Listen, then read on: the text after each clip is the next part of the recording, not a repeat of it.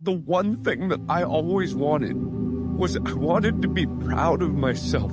Like, I've got so many different things going on that I thought I would have been a lot happier than I am. The thing that's getting me down right now is like, I keep saying it, and I keep saying it over and over, and I keep thinking it, and I keep thinking about it, and I want my life to mean something. I just feel lost. Like, I feel like I'm aimlessly wandering, and I'm tired of it. Like, I'm tired of that feeling. I'm tired of that feeling of, just staying in limbo. I'm tired of seeming like I'm not going anywhere, spinning my wheels.